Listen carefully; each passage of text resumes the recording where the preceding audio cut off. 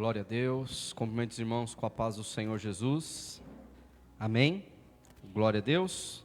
Estamos em mais uma aula presencial do Seminário Bíblico Querix, e hoje nós estamos trabalhando aqui um tema muito importante, que é um tema que está no curso chamado Fé em Deus. Esse curso, irmãos, Fé em Deus, como eu tenho já falado muitas vezes, é o curso que compõe o discipulado nível 2. O discipulado nível 2, ele é a doutrina de Cristo, né? A doutrina de Cristo que está mencionada lá em Hebreus, capítulo 6, versículo, a partir do 1 ali. Paz do Senhor, Sandro, tudo bem? Deus abençoe. E estou aqui já fazendo aqui o compartilhamento aqui da nossa live, para que os irmãos possam acompanhar lá pelo grupo. Então esse curso, irmãos, ele faz parte do nosso curso Fé em Deus. Qual é a proposta desse curso Fé em Deus? É trabalharmos a questão da pessoa do Pai, né, do Deus Pai, e isso nós vamos fazer caminhando nas Escrituras Sagradas por alguns aspectos. Então, por exemplo, nós já falamos sobre a fé em Deus pelo Espírito Santo, e hoje nós vamos trabalhar a ideia de termos fé em Deus pelas Escrituras Sagradas, amém? Glória a Deus. Quero fazer uma oração. Glória a Jesus. Amém, acredito que está tudo certinho aí na live, né? O áudio, tudo certinho. Então vamos iniciar, vamos fazer uma oração. Pai querido, Pai amado, nós te agradecemos, Senhor, por mais esse privilégio que o Senhor nos concede de podermos nos reunir neste lugar, nesta casa de oração, para poder meditar na Tua Palavra, poder meditar naquilo que o Senhor tem preparado para os nossos corações. Pai amado, todo o ensino que tem sido apresentado, Senhor, para as nossas vidas, nós queremos, Pai querido, a cada dia usufruir e tomar posse das verdades e dos ensinamentos que a Tua Palavra nos proporciona. Por isso, Senhor, eu quero te pedir perdão pelos meus pecados, quero te pedir perdão pelas minhas fraquezas, e quero colocar a minha vida diante do Teu altar, como sendo aqui um instrumento em Tuas mãos. Eu quero me esvaziar da minha teologia, eu quero me esconder atrás da cruz, eu quero depender totalmente do Teu Espírito Santo, para que esta aula de hoje seja uma grande bênção, que possa fluir em nossos corações com muito esclarecimento e com as questões tão importantes da Tua Palavra, que fala a respeito do nosso Deus, o nosso Pai, o nosso Eterno. E nisso nós queremos perseverar nesta noite e pedir a Tua bênção, pedir a Tua unção, pedir a Tua graça para podermos caminhar nesse desafio de fazer a Tua vontade e crescer na graça e no conhecimento do Senhor. Pai querido, eu quero repreender aqui o diabo, eu repreendo toda obra do diabo, toda oposição maligna caia por terra, e que a Tua bênção, Senhor, ela seja notória, seja irrevogável sobre as nossas vidas nesta noite, em nome de Jesus, amém, e graças a Deus, amém. Glória a Deus. Paz do Senhor, irmão Josemar, Deus abençoe. Irmãos, eu sei que este curso, né, Fé em Deus, eu estou um pouco aquém nas videoaulas, né? As videoaulas ficaram uma qualidade muito ruim, né? Era ali, ainda não tinha todas as ferramentas que eu preciso. Hoje já tenho um pouquinho mais de experiência, né? Antes eu não tinha ali o chroma key, eu fazia pelo celular somente. Então hoje a gente tem um pouquinho mais de experiência, e eu estou devendo regravar as videoaulas, amém? Regravar as videoaulas desse curso, para que tenha ali uma qualidade um pouco maior e um pouco mais de profissionalismo dentro desse ministério tão importante que é o Ministério do Ensino. Mas eu queria ressaltar, irmãos, que a nossa aula presencial aqui é um esforço adicional, amém, irmãos? é um esforço adicional. Por quê? Porque nós temos já as videoaulas, então, teoricamente, nós não precisaríamos nos reunir para falar aquilo que já está gravado. Mas por que desse esforço? Porque eu entendo, irmãos, que existem algumas pessoas que não têm muita familiaridade, né, com a tecnologia, às vezes não consegue, né, ter às vezes foco, né, às vezes a gente começa a ver ali, estudar e já perde o foco, aí vai lavar a louça, vai fazer um monte de coisa e não consegue dar o foco naquilo que precisa para fazer o curso. Então por isso nós estamos proporcionando esses momentos presenciais para poder atender, né, os irmãos que desejarem, mas infelizmente a aderência parece que não está tão alta, né, irmãos? Os próprios irmãos da igreja não têm se esforçado assim tanto para estar conosco aqui de forma presencial, amém? Mas eu queria dizer que a nossa igreja é uma igreja de discipulado. O ensino, meu irmão, vai estar presente para o resto das nossas vidas. Então a gente está aqui nesse desafio do seminário bíblico, né? Já estamos no 3º curso e virão muitos outros cursos, até o discipulado nível 4 para o seminário bíblico. Acabando, irmãos, nós vamos entrar no seminário teológico. Aí nós entendemos que já existe uma evolução, né, dos irmãos, e que agora podemos entrar em coisas mais técnicas, vamos dizer assim, né, mais profundas no sentido teológico, mas isso aí lá para frente. Então daqui 10 anos nós estaremos aqui fazendo o seminário bíblico, o seminário teológico, se Deus assim permitir, é claro, né, irmãos? Amém? Glória a Deus. Então, irmãos, aqui no nosso livro, até o Sandro me pediu se eu teria aqui um livro, né? E eu procurei lá dentro. Ah, já tem. Olha lá, glória a Deus. Já tem o livro. E se alguém precisar querer o livro, eu não tenho ele aqui impresso, mas você pode comprar o livro, que custa R$30, tá bom? Custa R$30 o livro. Você compra lá pela editora direto, vai chegar na tua casa e ainda você vai me dar um dinheirinho, porque desses R$30, acho que R$5 vem para mim. Então já vai me ajudar também um pouquinho, né? Então imagina se 100 pessoas comprassem o livro, né? Então entraria um dinheirinho bom aí para a gente poder, né, seguir em frente. Mas é uma ferramenta que Deus está nos dando para que você possa ter esse livro em mãos, irmãos. Não é para pôr na prateleira, não é para pôr na gaveta, é para você pegar esse livro e ministrar outras pessoas. Esse é o nosso intuito, formar arautos. Então, tudo aquilo que nós estamos aqui ministrando está aqui no livro, para que você possa também, de uma maneira prática, abrir esse livrinho e falar, vamos fazer um estudo bíblico na minha casa, e começar a meditar aqui nos ensinamentos. E aqui não tem assim uma teologia do Daniel, aqui é textos bíblicos que vão nortear aqui, criando um raciocínio daquilo que a palavra do Senhor nos proporciona, amém? Então eu quero encorajá-los e que vocês realmente adquiram os livros, né, no decorrer assim que tiver condições, né? Eu sei que não é fácil, né?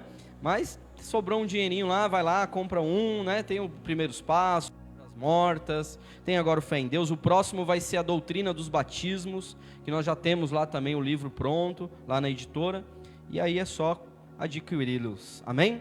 Glória a Deus. Então vamos iniciar aqui a nossa aula de hoje. O tema hoje é fé em Deus pelas Escrituras Sagradas, né? Eu queria até ler em Hebreus capítulo 6, versículo 1, que é o tema do nosso discipulado nível 2, que às vezes as pessoas ainda não tiveram tanta familiaridade, está até aqui anotado aqui na contracapa do nosso livro, que diz assim, ó, Hebreus 6, versículo 1 ao 3, diz assim, ó, por isso, deixando os rudimentos da doutrina de Cristo, prossigamos até a perfeição, não lançando de novo o fundamento do arrependimento de obras mortas e da fé em Deus e da doutrina dos batismos e da imposição de mãos e da ressurreição dos mortos e do juízo eterno, e isto faremos se Deus o permitir. Então aqui, irmãos, em Hebreus, nós encontramos o que a própria palavra diz como doutrina de Cristo. E o escritor aos Hebreus, ele coloca isso como sendo assim um rudimento, uma coisa assim básica, algo essencial. Ele fala assim, olha, não vamos lançar de novo o fundamento, né? Não vamos novamente, né, lançar o fundamento dessas coisas, da doutrina de Cristo. Então quer dizer que isso aqui é importante, irmãos.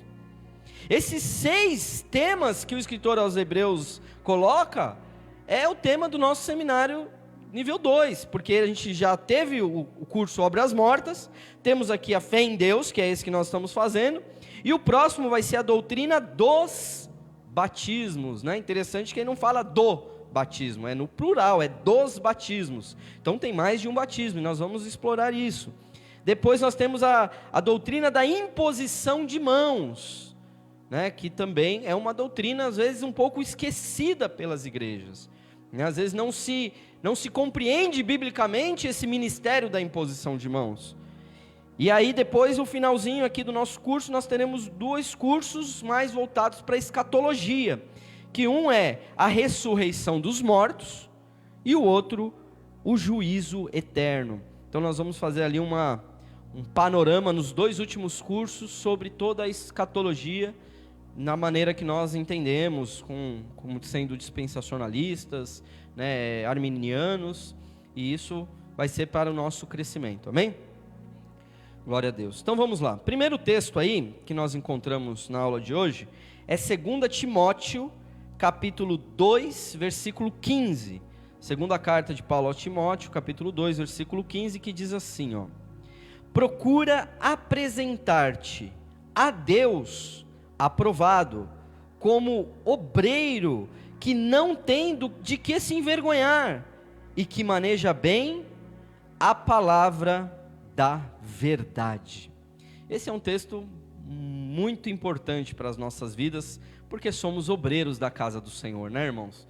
Nós estamos querendo crescer, nós estamos querendo servir a Deus, e quando nós nos apresentamos como obreiros, nós não estamos nos apresentando tão somente para o pastor da igreja, nós não estamos nos apresentando tão somente para o corpo ministerial da igreja, nós estamos nos apresentando a Deus. Então, eu preciso me apresentar a Deus, como obreiro que não tem do que se envergonhar, e do que? E que maneja bem a palavra da verdade, né? A palavra, irmãos, ela tem, às vezes para nós é tão normal pensar na Bíblia, né?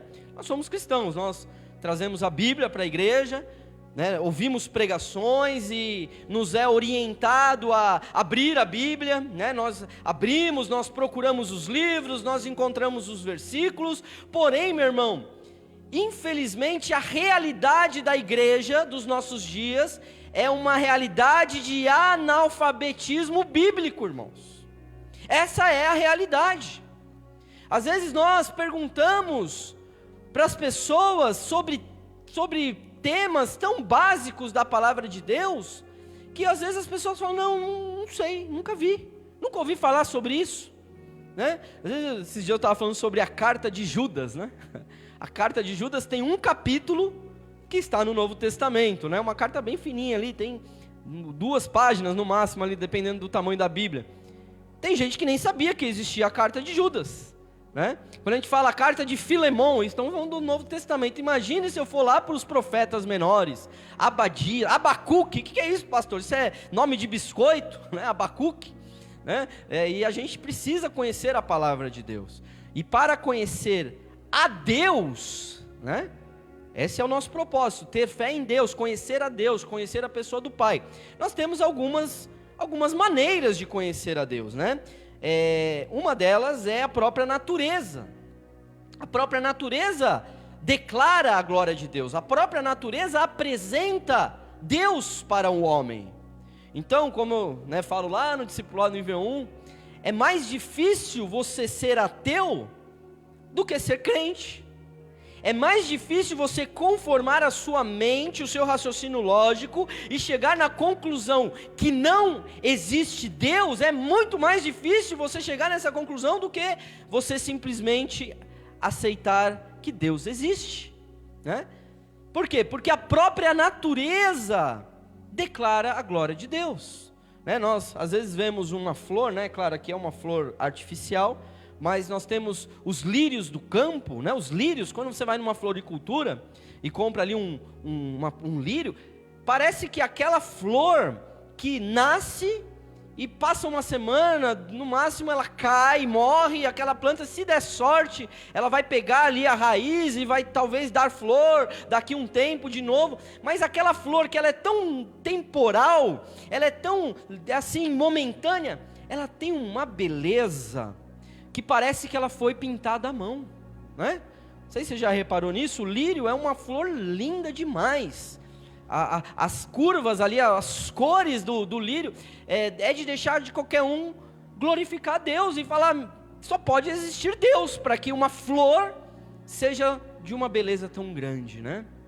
Então a Bíblia fala lá em Salmos 19, que os céus declaram a glória de Deus, e o firmamento anuncia a obra das suas mãos, né? Não tem linguagem nem fala, mas não há quem não ouça a sua voz, ou seja, não tem voz, mas não há quem não ouça a voz do firmamento anunciando a glória de Deus, das coisas criadas anunciando a glória de Deus. Então, os homens, a Bíblia diz, serão indesculpáveis em Romanos, né?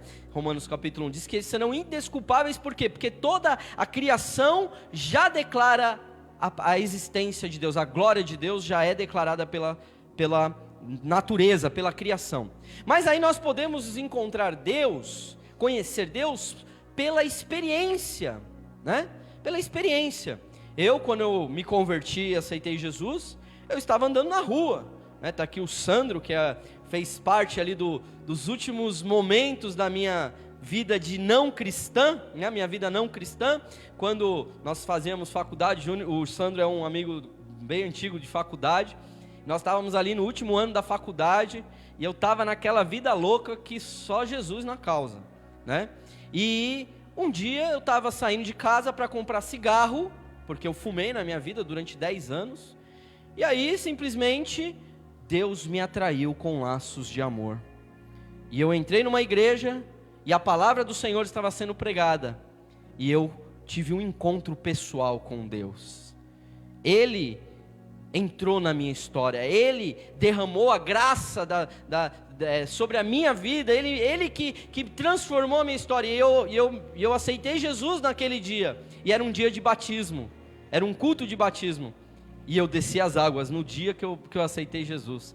15 minutos depois que eu aceitei Jesus, eu desci as águas, e ali minha vida pôde ser transformada. Por quê? Porque eu tive um encontro pessoal com Deus. Deus se revelou para mim de maneira pessoal. E depois de crente, nós continuamos tendo a revelação de Deus de maneira pessoal. Uma hora você está no monte ali, você recebe uma visitação do Espírito Santo. Uma hora você está na igreja, você, sabe, ele se revela de alguma maneira, você sente a presença dele, né? Oi?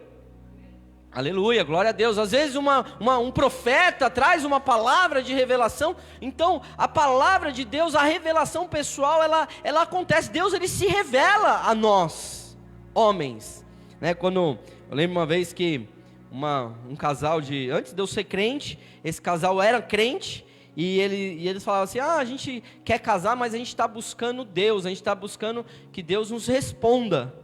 E eu lembro que nessa época que eu não era crente, para mim isso foi uma coisa tão ilógica, irracional, tão absurda, de pensar assim, na minha incredulidade, pensar assim, como Deus pode se comunicar com o homem, né? Como Deus pode se falar com o homem? Como assim? Né? Deus, eu acreditava em Deus, eu não tinha problema em falar que Deus existe, mas eu imaginava Deus que estava muito longe, muito distante, não estava preocupado em falar com o homem, né? E até eu lembro do meu pai, quando eu evangelizava meu pai, ele falava assim, eu até acredito em Deus, mas ele deve estar preocupado com as crianças da Etiópia, meu pai falava, né? Tá preocupado com coisas mais importantes para Deus fazer do que se preocupar comigo, um simples mortal. Mas eu queria te dizer, meu irmão, que Deus, ele quer se revelar para a sua vida, Ele quer demonstrar a presença dele para você, Ele quer se manifestar, e essa deve ser a nossa oração. Nós devemos orar dizendo, Deus, se revela a mim, eu quero te conhecer, eu quero experimentar essa glória de uma revelação pessoal, sobrenatural, que transcende o filosófico, porque tem muito crente filosófico, irmão. Tem muito crente que pensa em Deus filosoficamente, né? Como Deus sendo um pensamento, Deus, glória a Deus, a palavra. Não, mas nós precisamos ter uma vida de relacionamento pessoal e íntima com o nosso Deus, amém? Glória a Deus.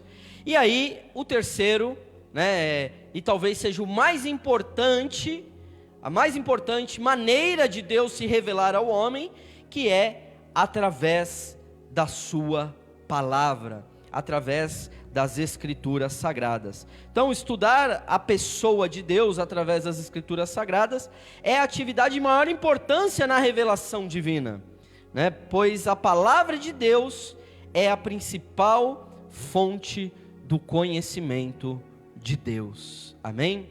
Glória a Deus. Então vamos lá.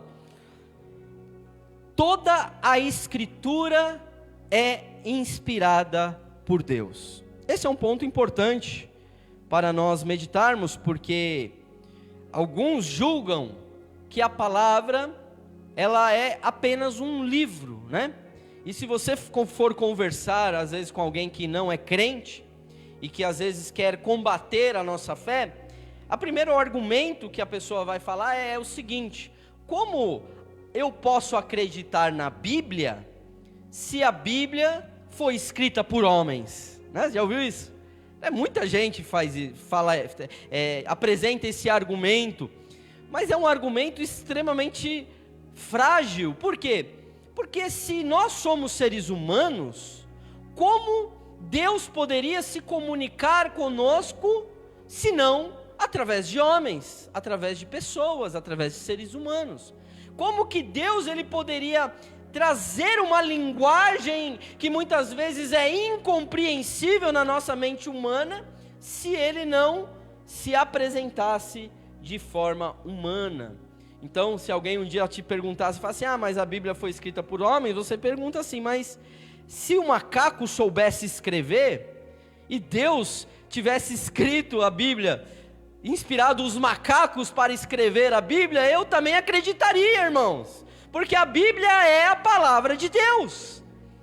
Então, às vezes as pessoas querem pensar, sabe, tipo, que nem os católicos, né, irmãos? Católicos que me perdoem, mas, sabe, pensa assim, a imagem da santa que foi achada nas águas, parece que sempre precisa haver um elemento sobrenatural, que, sabe, veio do céu, não sei o quê. Meu irmão, nós não precisamos de elementos sobrenaturais, sabe por quê? Porque a palavra de Deus, ela é inspirada por Deus. Inspiração, essa palavra, a palavra grega para inspirados, é theopneustos. Tel, Deus, pneustos significa sopro, pneuma, lembra do pneuma do Espírito Santo, né? Nosso pneuma, nosso Espírito. Então, é o sopro de Deus, a inspiração de Deus, é o sopro de Deus na vida dos homens que escreveram a palavra de Deus. Então, a Bíblia, ela foi inspirada por Deus. Olha o que está escrito em 2 Pedro, capítulo 1, versículo 21.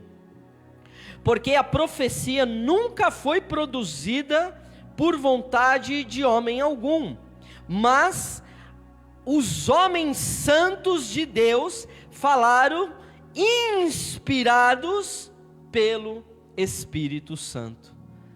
Homens que foram agraciados por receber uma inspiração de Deus para escrever aquilo que hoje nós conhecemos como a Bíblia Sagrada. A Bíblia, irmãos, não é um livro, né? Ele é o livro, né? Há quem diga que não é um livro, ele é o livro, né? Ele é o livro dos livros. Mas na verdade a palavra Bíblia significa biblioteca, vem de biblia, que significa livros, né? Uma coleção de livros. Então a nossa Bíblia, irmão, tem 66 livros. Nós temos 66 livros na nossa Bíblia, se eu não me engano, 32 no Antigo Testamento e 27 no Novo. Então, nós temos a palavra de Deus escrita em vários períodos da existência do homem, por homens de diferentes regiões, de diferentes situações, que foram trazendo no decorrer de muito tempo. Alguns dizem que o o livro mais antigo da Bíblia é o livro de Jó, e foi escrito provavelmente na época de Abraão, né, os patriarcas. Quando nós olhamos Gênesis foi escrito por Moisés, então Moisés já está lá na frente, né, depois, já bem depois de Abraão. Então eles falam que, os estudiosos, que o livro de Jó é um dos mais antigos, que tem ali em torno de 2000 anos antes de Cristo. Então nós temos os escritos iniciando 2000 anos antes de Cristo e se encerrando no primeiro século da nossa era, então aproximadamente 2100 anos. O último livro, se eu não me engano, foi escrito por Paulo a Timóteo, não, acho que foi de João, que ali quando ele estava na ilha de Patmos, até o Apocalipse, né, que ele estava preso na ilha de Patmos, então aproximadamente no ano 90 do primeiro século, né, da era cristã. Então, no decorrer de 2000 anos, foram escritos a palavra de Deus, inspirada para que hoje pudéssemos conhecer a Deus. Amém? Glória a Deus. Vamos em frente. A Bíblia, ela não contém tudo o que queremos, mas ela nos apresenta, ela contém tudo o que nós devemos saber. Isso é importante, irmãos.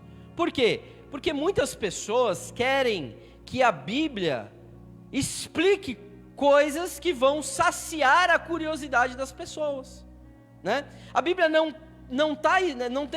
o que está escrito na Bíblia não é o que eu quero saber, mas é o que eu preciso saber, né? Então, como por exemplo, lá no Gênesis, né, quando a gente vê o versículo 1 de Gênesis, que diz assim: no princípio criou Deus os céus e a terra, né? No princípio criou Deus os céus e a terra. Então, aquele primeiro versículo de Gênesis não me traz nenhuma explicação de como Deus existe, como, né, inicia-se a existência de Deus, né? Nós sabemos que Deus aí não tem começo e nem fim, Ele sempre esteve lá, mas imagina que a Bíblia inicia já pressupondo a existência de Deus. Ele fala: olha, no princípio criou Deus os céus e a terra. Então Deus já era uma figura que estaria ali um pressuposto. Então o livro do Gênesis não é um livro de ciência. Eu quero saber aqui quando Deus fez separação, né, entre as águas que estavam no firmamento, e aí fez separação entre os luminares, o maior, o sol, para governar o dia e a noite, e o menor para governar a noite, a lua. Não, irmãos, a Bíblia não é um livro de ciência. A Bíblia não é um livro científico que procura provar a existência das coisas. A Bíblia simplesmente nos apresenta uma verdade de Deus. Então, se Deus existe, eu creio. E precisamos, irmãos, resgatar a fé inocente. A Bíblia diz lá no livro de Jonas, e você conhece muito bem essa história do Jonas, que ele foi engolido por um grande peixe, né? Ele foi engolido por um grande peixe, passou 3 dias e 3 noites no ventre daquele grande peixe, e o peixe vomitou ele em Nínive, né? O peixe cuspiu ele na praia. Aí algum cientista, biólogo vai dizer: isso é impossível, porque dentro da barriga do peixe não tem nenhum tipo de ventilação, de oxigênio, e como que aquele homem não foi digerido pelo peixe? Como que o suco gástrico da barriga do peixe não decompôs o corpo de Jonas? E aí, irmãos, eu queria incentivá-lo a resgatar a fé inocente. Eu não sei, irmãos. Se a Bíblia diz que o Jonas foi engolido pela grande peixe, eu acredito. Se a Bíblia dissesse que o Jonas engoliu o grande peixe, eu também iria acreditar. Por quê? Porque a palavra inspirada de Deus está nas minhas mãos. Só que eu preciso aprender a estudar a Bíblia. Eu não posso simplesmente ler a Bíblia de maneira irresponsável, trazendo as minhas próprias interpretações. Porque a Bíblia é um livro com muitos livros, né? Como eu disse, né? São 66 livros. E na nossa Bíblia nós temos livros históricos, nós temos livros poéticos, nós temos livros de profecia, nós temos livros narrativos, descritivos, temos até poemas, né? Cartas de amor, né? O livro de Cantares é uma carta de amor. Então, nós precisamos aprender a ler a palavra de Deus numa perspectiva de que Deus inspirou os homens de Deus. E aquilo que está escrito não é para satisfazer a minha curiosidade, mas é para revelar aquilo que eu preciso saber. Amém?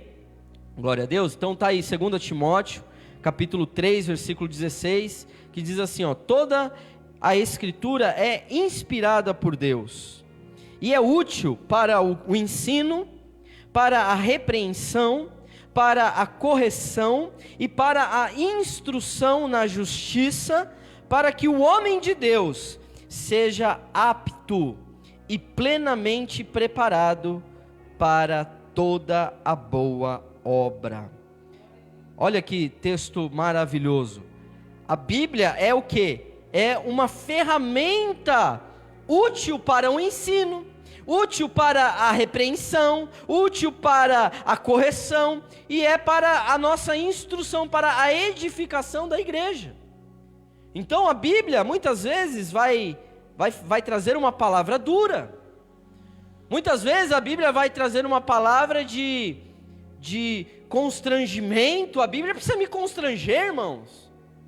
Eu preciso ouvir uma palavra e a Bíblia precisa mudar a minha conduta. Eu preciso ser transformado pela palavra.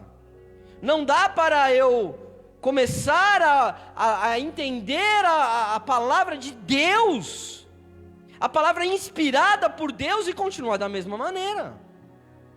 Então essa palavra, ela é útil. Essa palavra precisa estar no nosso coração. Ela é útil, irmãos. Ela não vem para satisfazer as nossas curiosidades de como as coisas são. Amém? Tem coisas que são reveladas, e a Bíblia diz que as coisas reveladas pertencem ao homem, e as coisas que não foram reveladas pertencem a Deus. Amém? Então a gente tem que ir até onde a Bíblia fala. A Bíblia não traz um manual de Deus. A Bíblia não fala como é Deus. E infelizmente tem muito crente querendo colocar Deus dentro do manual, né? Que eu falo, não, Deus está falando isso, Deus está pensando isso, Deus, a vontade de Deus é essa. Mas meu irmão, nós precisamos tomar um pouco de cuidado. Quem sou eu para conhecer a mente de Deus? Né? Quem sou eu? Deus, ele é infinitamente maior do que a minha mente pode contemplar. Ele faz o que Ele quer, na hora que Ele quer, do jeito que Ele quer. Eu não posso colocar Deus num manual de instruções e dizer, Deus age dessa maneira. Ele pode agir dessa maneira comigo, mas com você Ele pode agir de uma maneira diferente. Ele pode falar comigo de uma maneira, mas Ele pode falar com a outra pessoa de uma maneira diferente. O que nós precisamos é entender que Deus, Ele se revela através da sua palavra. Amém? Glória a Deus. Depois, olha que interessante esse texto de Atos. Examinar as Escrituras é um ato de nobreza, né? Em Atos capítulo 17, versículo 10 e 11, diz assim a palavra do Senhor: E logo os irmãos enviaram de noite Paulo e Silas a Bereia. E eles, chegando lá, foram à sinagoga dos gentios, dos judeus. Ora, estes foram mais nobres dos que estavam em Tessalônica, porque de bom grado receberam a palavra, examinando cada dia as Escrituras, se estas coisas eram assim. Olha que interessante. Paulo e Silas começaram a pregar a palavra de Deus, e os chamados bereanos, os de Bereia, eles ouviam atentamente tudo aquilo que Paulo dizia, e depois o que eles faziam? Examinavam na Escritura, para saber se aquilo que estava sendo dito era aquilo mesmo, né? Nós, com a era das lives, né? E até com essa questão da pandemia nos coloca hoje um banquete de palavra, de pregação, real time, o tempo todo, né? Por quê? Porque a gente abre o Facebook, a gente tem pregação, a gente abre o YouTube, a gente tem pregação. Agora, você que está me assistindo, você está aí pela live, você está me assistindo, eu estou aqui presencial, você está aí ouvindo, está assistindo. Então, hoje, existe uma fartura de palavra sendo pregada, de ensino sendo ministrado, e nós precisamos o quê? Ser como os bereanos e examinar as Escrituras.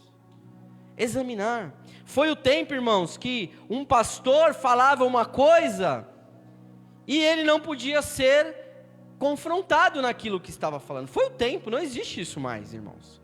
Não existe isso daí, vem da uma herança do catolicismo romano, onde a missa era ministrada em latim.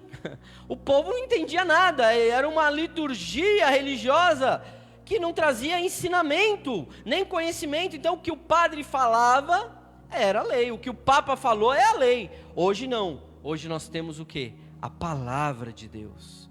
Então a palavra, ela está em nossa posse. Você tem no celular, você tem várias versões, né? Se você quiser, você baixa o aplicativo ali, você tem várias versões, que você pode comparar o mesmo texto em diversas traduções, né? Que vão te dar um entendimento melhor. Hoje nós temos bíblias de estudo, que tem ali notas de rodapé, explicando ali aqueles textos. Por isso, nós precisamos, em tudo, examinar as Escrituras. Esse é um ato de nobreza, que eu e você precisamos nos ater. Então, eu sempre falo, eu não tenho compromisso com o erro, irmãos. Eu tenho um chamado muito sério, que é o chamado do ensino. É muito sério isso. A Bíblia diz em Tiago, vós não sabeis que nós, os que ensinamos, teremos um juízo mais severo ainda? Nós teremos um juízo mais severo de Deus, porque nós estamos ensinando, e aqueles que estão nos ouvindo estão seguindo aquilo que nós estamos ensinando. Por isso, existe uma responsabilidade muito grande. Eu não tenho compromisso com o erro. Se por acaso em algum dos nossos cursos você não concordar com algo, e você tem todo o direito de não concordar, por isso que depois no final da aula a gente até passa o microfone, para que você tenha liberdade também de fazer uma pergunta, de se expressar, e até mesmo de discordar, irmãos, amém? Discordar, por quê? Porque a nossa base é a palavra, nós vamos para as Escrituras, e se eu tiver errado, eu vou me retratar. Se eu tiver errado, eu vou voltar atrás e vou revisar aquilo que já foi publicado. Amém? Glória a Deus. Então aqui hoje, irmãos, eu quero, de forma bem sucinta, falar três revelações de Deus nas Escrituras. Apenas três revelações sobre Deus que as Escrituras nos traz. Que é, primeiro, que Deus, Ele é santo. As Escrituras revelam que Deus é santo. E Deus, Ele é essencialmente santo, por quê? Porque não existe mal no ser de Deus. A Bíblia até diz assim, olha, não diga sou tentado por Deus, porque a Deus ninguém tenta, Ele não pode ser alcançado pelo mal. Deus, Ele, né, aí nós temos até uma teologia calvinista, que vai dizer que Deus decreta todas as coisas, inclusive um assassinato, um estupro, né? Dizem que essa doutrina, às vezes eu falo do calvinismo, irmãos, e não é que eu sou crítico do calvinismo, amém, irmãos? Cada um tem a doutrina que julga a mais coerente, biblicamente falando. Mas tem alguns irmãos que não entendem a doutrina calvinista, né? A gente estava até aqui na segunda-feira e aí eu comentei que a irmã tinha falado alguma coisa do Hernandes Dias Lopes, né? Reverendo Hernandes Dias Lopes, e aí o irmão ali já, com todo orgulho, exibiu a sua Bíblia de estudo, dizendo, né, olha, eu tenho a Bíblia do Hernandes Dias Lopes. Aí eu falei assim, mas ele é calvinista. Aí o irmão falou assim, não sou nem calvinista, nem arminiano. Ele falou, sou pentecostal. Eu falei, então você é arminiano. Então você é arminiano. Então a doutrina calvinista é muito séria, irmãos. Porque a doutrina calvinista vai dizer que Deus decreta todas as coisas. João Calvino, ele diz nos seus escritos, uma obra chamada Institutas, ele diz assim que se porventura um homem estiver andando, né, na época dele, né, o Calvino é do século XVI, então ele diz assim, que se um homem estiver andando numa floresta, caçando, um caçador, estiver ali caçando com os seus amigos, e de repente ele se perder dos seus amigos, e alguns assassinos, assaltantes o encontrarem na mata, e o matarem, e o roubarem e o matarem, Calvino diz que foi Deus que decretou essa situação. Então, isso é muito sério, irmãos. Eu não posso atribuir a Deus o mal. O mal é fruto da liberdade, primeiramente dos anjos, né? Então Satanás, o pecado nasceu no coração de Satanás, e ele se rebelou, e ele vem para roubar, matar e destruir. Então a liberdade de um ser angelical o levou a causar o mal, tanto nos céus como na terra, e causa até hoje, né, irmãos? O diabo, ele não é o autor do mal, não existe uma personificação do mal, porque senão a gente vai entrar num dualismo teológico, de falar que existe um Deus bom e um anjo mau, e os dois estão lutando ali, né, o bem contra o mal, aquela coisa da Liga da Justiça, sabe, tipo, o bem contra o mal. Isso não existe, irmãos. Deus é infinitamente mais poderoso. A Bíblia diz que o sopro da boca de Jesus vai aniquilar o anticristo. Deus não tá medindo força com o diabo não, irmão. O diabo é uma criatura que foi criada, um anjo que foi criado, e Deus é o Todo-Poderoso. Não é uma guerra entre o bem e o mal. Então, o mal é o fruto da liberdade. O homem escolhe o mal, né? O homem escolhe fazer o mal. O homem se inclina para o mal. Então aqui nós entendemos que Deus, Ele é santo. Olha o que diz a palavra do Senhor. 1 João capítulo 1, versículo 5. E esta é a mensagem que dele ouvimos, e vos anunciamos, que Deus é luz, e nele não há trevas alguma. Então, irmãos, às vezes a gente pensa assim, tipo, meu casamento morreu, né? A minha esperança morreu. Meu irmão, Deus não é Deus de morte. Deus é o Deus da ressurreição. Não atribua as mortes da sua vida a Deus, irmão. Deus, Ele é o Deus da ressurreição. Ele é o Deus do recomeço. Então, se algo na sua vida morreu, não diga que Deus é o autor dessa morte. Mas saiba que muitas vezes nós mesmos somos os autores da morte em nossa vida. Por quê? Porque Deus é santo. Nele não há trevas alguma. Ele quer que todos se salvem. E aí o calvinismo vai dizer: Deus decretou uns para serem salvos e outros para irem para o inferno. Você consegue pensar numa doutrina calvinista? Eu estou insistindo nisso, mas me perdoem, irmãos, porque faz parte disso que nós estamos falando. Imagina Deus que fala assim: não, o Caurê vai para o céu. Por quê? Por que Deus, o Caurê vai para o céu? Não, porque eu determinei que ele vai para o céu. Eu quero que ele vá para o céu. Mas a Andresa vai para o inferno. Mas por que Deus, a Andresa vai para o inferno? Não, ela vai para o inferno porque eu quero que ela vá para o inferno. E quando ela for para o inferno, ainda ela vai ser responsável por ela ir para o inferno. Essa é a doutrina calvinista.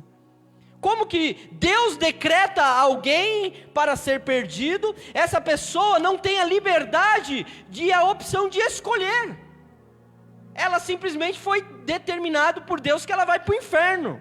Isso é a doutrina calvinista. E quando ela comete pecado, a responsabilidade ainda é dela. Deus ainda atribui a responsabilidade, que nem Caim, né? Quando Caim matou Abel, o que Deus falou para Caim? Deus falou: o mal jaz à porta, cabe a ti dominar. O pecado jaz à porta, cabe a ti dominar. Então imagina, Deus decretou que Caim matasse Abel? Se Deus decretasse que Caim matasse Abel, como que depois diz a Bíblia que o próprio Caim recebeu a maldição de Deus e a punição de Deus? Então quer dizer, Deus decreta, ainda Ele pune e atribui a responsabilidade à pessoa? Desculpa, esse não é o Deus que eu conheço. O Deus que eu conheço é um Deus que está com os braços abertos, é um Deus santo, é um Deus puro, é um Deus justo, é um Deus que ama, porque Deus amou o mundo de tal maneira, é da vontade de Deus que todos se salvem e venham ao conhecimento da verdade. Amém? Deus é santo, irmão. E não pense em santidade de Deus como referência à nossa conduta. Não pense que a santidade de Deus é uma conduta moral. Deus, Ele é santo porque nele não há trevas alguma. Ele é santo porque Ele não pode ser alcançado pelo mal. E essa santidade de Deus também é um atributo, né? É um atributo comunicável, que Deus Ele também nos possibilita nessa santificação. Porque Ele diz aqui em Levítico 11:44, aí na parte A, Ele diz: porque eu sou o Senhor, o vosso Deus, portanto santificai-vos e sede santos, porque eu sou santo. Então Deus, Ele nos dá essa possibilidade. Por mim, irmãos, pela minha capacidade, eu não tenho como ser santo, porque o pecado habita na minha natureza caída. A minha natureza não está livre do pecado, eu estou perdoado do pecado, eu não sou mais escravo do pecado, mas a minha natureza ainda é pecaminosa. A Bíblia diz assim, Paulo vai dizer em Corinto, acho que se eu não me engano no capítulo 15 da segunda carta, que ele fala assim: quando este corpo corruptível, este corpo pecaminoso, esse corpo que tem corrupção, esse corpo corruptível se revestir da incorruptibilidade, haverá um dia que essa nossa natureza, por isso que existe a necessidade da ressurreição do nosso corpo. A nossa alma não vai ressuscitar, o nosso espírito não vai ressuscitar, o que vai ressuscitar é o nosso corpo, irmãos. O nosso corpo requer uma glorificação de Deus, porque nós habitamos nesse corpo de pecado, mas Deus, Ele nos dá a possibilidade de sermos santos, amém? Então Deus é santo porque não existe mal no ser de Deus, amém? Depois, o segundo ponto aqui, que as Escrituras revelam sobre o Pai, sobre Deus, que Deus é perfeito, irmãos. As Escrituras revelam que Deus, Ele é a perfeição. Olha que interessante, Ele é perfeição. Em Apocalipse, capítulo 4, versículo 2, eu gosto desse texto, porque fala da visão de João, mostrando o quê? O esplendor, que Deus, Ele é a fonte do esplendor de toda a perfeição. Porque olha o que ele diz, João, dizendo no Apocalipse 4:2, e logo fui arrebatado em espírito, e eis que um trono estava posto no céu, e um assentado sobre o trono, e o que estava sentado era na aparência semelhante a pedra de jaspe e sardônica, e o arco celeste estava ao redor do trono, e parecia semelhante a esmeralda.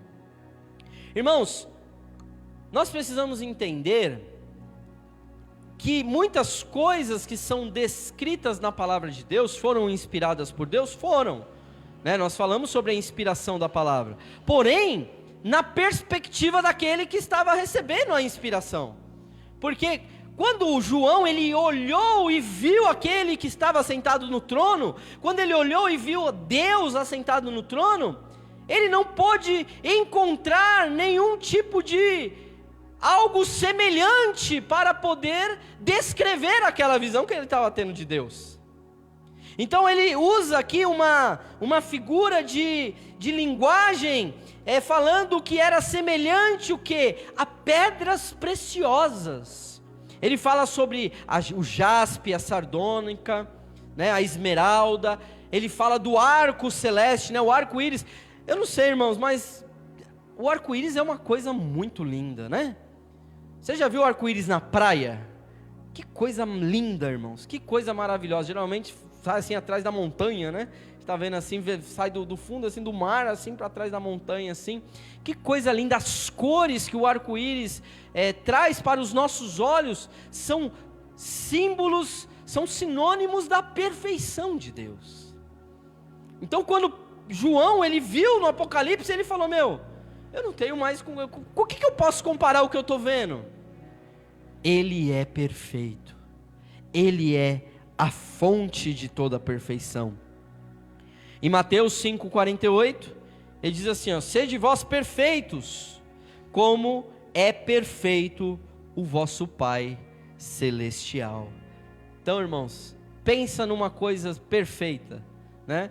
Porque às vezes a gente pensa assim, nos padrões humanos, né? A gente pensa às vezes na beleza, né? A beleza, eu sou feio, pastor, eu não sou bonito. Tá, mas baseado em qual padrão? Qual é a comparação que você está estabelecendo como régua para dizer se você é bonito ou se você é feio, né? Irmãos, cada um tem a sua beleza, e a sua beleza é sua, a minha beleza é minha. Eu não posso estabelecer um padrão de comparação, porque nas novelas, nos filmes de Hollywood, só aparecem as meninas com o cabelo lisinho, então o padrão é o cabelo lisinho? De maneira alguma, irmãos, de maneira alguma, né? Se Deus deu o cabelo mais cheinho, né? Eu acho lindo o cabelo da Michelle, né? Aí quando ela vem com o cabelo mais doidão ainda assim, eu ainda acho mais bonito ainda, né? Com todo respeito. Às vezes eu faço uns coque louco assim no cabelo da minha filha, né? Jogo tudo pra cima, aí a mãe dela fala, tá horrível. Não, tá lindo, tipo todo bagunçado assim, sabe? Eu acho bonito. Por quê? Porque existe uma perfeição, existe uma perfeição de Deus nas nossas vidas, irmãos. Aí se eu falo assim, eu sou feio, sabe o que eu estou dizendo? Eu estou dizendo que Deus errou. Eu estou culpando Deus pela minha forma física. Eu estou dizendo que Deus, Ele não soube escolher muito bem o espermatozoide do meu pai que ia fecundar o óvulo da minha mãe para que eu pudesse nascer. Deus errou. Deus errou na cadeia genética que traz o meu cabelo, ou mais lisinho, ou mais crespinho, não importa. Deus, Ele fez você do jeito que Ele quis fazer você, irmão. Eu sou o que sou porque Deus me fez assim. Ele é o padrão da perfeição. E Deus não é humano, irmãos. Deus não tem uma aparência física. Eu quero, assim, eu já tive um sonho com Jesus, e eu via Jesus, mas eu não consigo, assim, lembrar da fisionomia de Jesus. Eu acho que até isso deve ser algo misterioso mesmo, para que não haja quadro de Jesus, né? Para que não tenha, imagem, fala assim, esse é o Jesus, né? Essa é a foto de Jesus, né? Não existe. Nesse sonho eu via Jesus, e Jesus, eu não consigo lembrar, Ele era um homem, mas eu não consigo descrever a aparência de Jesus nesse sonho, mas nessa experiência, Jesus se revelou para mim em dois aspectos. Ele primeiro, era a fonte de toda alegria, e depois, Ele era puro, a pureza emanava de Jesus. Meu irmão, quando eu acordei rindo, porque Ele era a fonte da alegria. Era como se Ele estivesse mostrando algo que fluía dele, alegria e pureza. E às vezes a gente vê as pessoas pregando um Jesus de chicote, né? Um Jesus que gosta de virar as mesas do cambista. Aquilo lá foi um fato histórico que aconteceu, porque Jesus é 100% Deus, mas Ele é 100% homem, naquele momento da sua encarnação. Porém, meu irmão, Jesus, ele é puro, Ele é santo, Ele é amor, ele te ama. A gente não pode pintar um Jesus com um chicote na mão, irmãos. Pelo contrário, Ele está de braços abertos para te receber, para te ajudar, para interceder por você. Quando as coisas não vão bem, Ele está lá do teu lado. Quando você comete pecado, Ele está pronto para te perdoar. Sabe, Deus não está ali com um raio na mão, esperando o pecador para atacar na cabeça do pecador o raio, né? Miserável, comedor de arroz com feijão. Não, Deus, Ele te ama. Deus, Ele me ama. Deus, Ele é santo. Deus, Ele é perfeito. Amém? Glória a Deus. E o último ponto aqui da nossa aula de hoje é que as Escrituras revelam que Deus é amor. Deus é amor. né? Deus, ele manifesta isso em sua bondade e misericórdia. O amor de Deus, ele é manifestado na sua bondade e na sua misericórdia. Salmo 115, versículo 1, diz assim, ó: não a nós, Senhor, não a nós, mas ao teu nome dá glória, por amor da tua bondade, ou da tua benignidade e da tua verdade. Então, pelo amor à tua bondade, pelo amor à bondade de Deus, a bondade de Deus manifesta o caráter do amor de Deus. Porque Deus, irmãos, Ele tem a sua misericórdia derramada sobre nós. A Bíblia diz que a misericórdia do Senhor é a razão de não sermos consumidos, e que a sua misericórdia se renova a cada manhã. Cada manhã existe uma misericórdia nova a cada manhã. Ah, mas eu errei ontem, pastor, e agora já estou errando hoje de novo. A misericórdia que você encontrou ontem, você vai encontrar hoje. E amanhã, quando você errar de novo, a mesma misericórdia que você encontrou hoje, você vai encontrar amanhã. A bondade de Deus é o fruto do seu amor. A bondade de Deus é a manifestação de quem Deus é. Deus é amor. Sabe, Deus, Ele ama a prosperidade do justo. Ele ama, muitas vezes, Ele ama nos abençoar, Ele ama nos alegrar. Quando nós nos alegramos, Ele também se alegra. Ah, mas pastor, então por que eu passo tanta prova, né? Por que eu passo tanta prova? Não, você passa tanta prova, meu irmão, porque Jesus te ama. E por Ele te amar, acho que será que caiu a live? Não, né? Não, tá aqui, tá. Por Ele te amar é que a bondade dele está sobre a sua vida, irmãos. Sabe, eu prego o evangelho da graça. Porque existe outro evangelho, pastor? Existe. Existem alguns evangelhos que estão sendo pregados por aí, que são apenas uma das facetas do evangelho. Então, Deus, Ele tem prosperidade para a minha vida? Claro que tem. Claro que tem, irmãos. Deus é o dono do ouro e da prata, da terra e da sua plenitude. Ele ama a prosperidade do justo. Claro que Ele tem prosperidade para a minha vida, mas será que Ele é só prosperidade? Não, irmãos. Então, se você está passando na prova, no estreito, no apertado, é porque Deus te ama, e Ele quer que você cresça, Ele quer que você desenvolva o seu ministério, Ele quer que você tenha um caráter aprovado. Se eu estou passando por dificuldades, é porque Deus me ama. Se eu estou passando pelas bênçãos de Deus, é porque Deus me ama, porque eu escolhi entregar a minha vida para o Senhor, amém? Independente das circunstâncias. Depois, 1 João capítulo 4, versículo 7. Amados, amemo-nos uns aos outros, porque o amor é de Deus, e todo o que ama é nascido de Deus, e conhece a Deus. Aquele que não ama, não conhece a Deus, porque Deus, amor, porque Deus é amor. Nós costumamos falar sobre o amor ágape, né?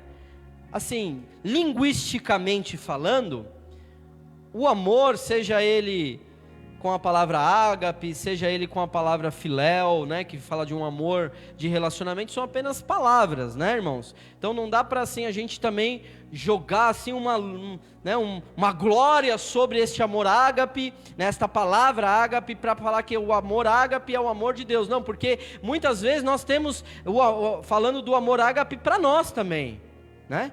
Para nós. Então amarás o Senhor teu Deus de todo o seu coração, de toda a sua força, de toda a sua alma, e amarás o teu próximo como a ti mesmo. É ágape, é a mesma palavra, né? Amar ao próximo é o ágape de Deus, é o amor de Deus sobre as nossas vidas. Então existe esse conceito mais teológico, não tão linguístico, de que o amor ágape é o amor sacrificial, é o amor que Deus ele compartilha com a sua igreja, e que Ele amou o mundo de tal maneira que deu o seu Filho unigênito.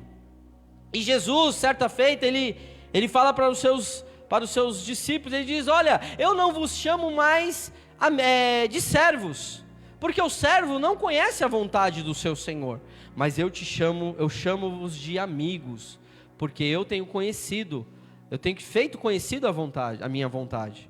E aí ele diz assim: não há amor maior do que este, de alguém dar a vida em favor dos seus amigos. Então, esse é o amor sacrificial, é o amor que não espera retorno, né? Eu quero amar, mas só se eu for amado, né? Se eu for amado, então eu vou amar. Não, irmãos, o amor não é uma via de mão dupla, o amor é uma via só de entrega. Eu amo, independente do que o outro corresponda ou não. Esse é o amor, porque Deus amou o mundo e nem todo mundo corresponde. Pelo contrário, as pessoas rejeitam, as pessoas desprezam. É tão glorioso o amor. Amém? Glória a Deus. Então, finalizando aqui a nossa conclusão, conhecer a Deus envolve o nosso compromisso de obedecer ao que lemos nas Escrituras.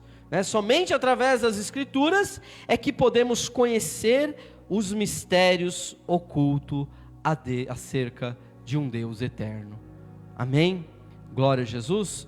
Então, irmãos, conhecer a Deus pela experiência é bom, mas melhor ainda é conhecer pelas Escrituras Sagradas. Amém? Glória a Jesus. Nós falamos na semana passada sobre a fé em Deus pelo Espírito Santo, né? Então o Espírito Santo revela o Pai para nós. Agora nós falamos sobre as Escrituras Sagradas, a Palavra de Deus, revelando quem Deus é. E aí nós vamos ter também aqui na semana que vem, a fé em Deus pela pessoa de Cristo. O que Cristo revela do Pai para as nossas vidas. Amém? Glória a Deus. Esse curso aqui, irmãos, ele é um curso muito prático, é um curso muito didático. Porque depois que nós falarmos na semana que vem sobre a fé em Deus pela pessoa de Cristo, aí nós vamos entrar numa questão mais doutrinária, né? A gente vai falar sobre os nomes de Deus, né? O que os nomes de Deus representam? Deus não tem um nome. O nome de Deus não é Deus? Não, irmãos.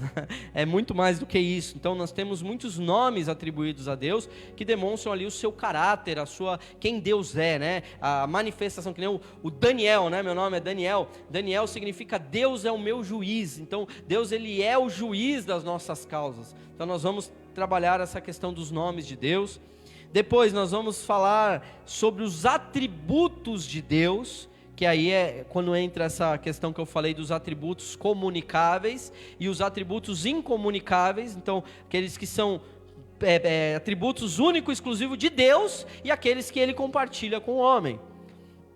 Aí na 7ª aula nós vamos ter aqui a grandeza de Deus. Vamos falar sobre essa grandeza de Deus. Deus, ele cabe, aonde Deus cabe, né?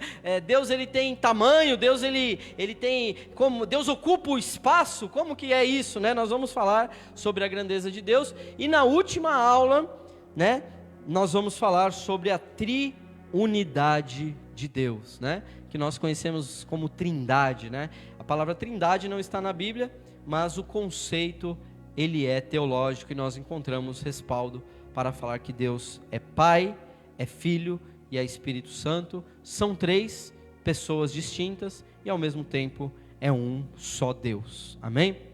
Glória a Deus. Então vamos agora aqui para a nossa parte final. Já estamos encerrando. E eu quero te encorajar a participar, né? Participar, seja aqui presencialmente, fazendo aí uma pergunta, fazendo um comentário. Se você não tem pergunta, não precisa fazer a pergunta, né? Obrigatoriamente. Mas você pode comentar algo que te chamou a atenção, algo que, né, falou com você, algo que talvez você não sabia. Fala, puxa, eu nunca tinha pensado dessa maneira sobre Deus. Agora é o momento da sua participação.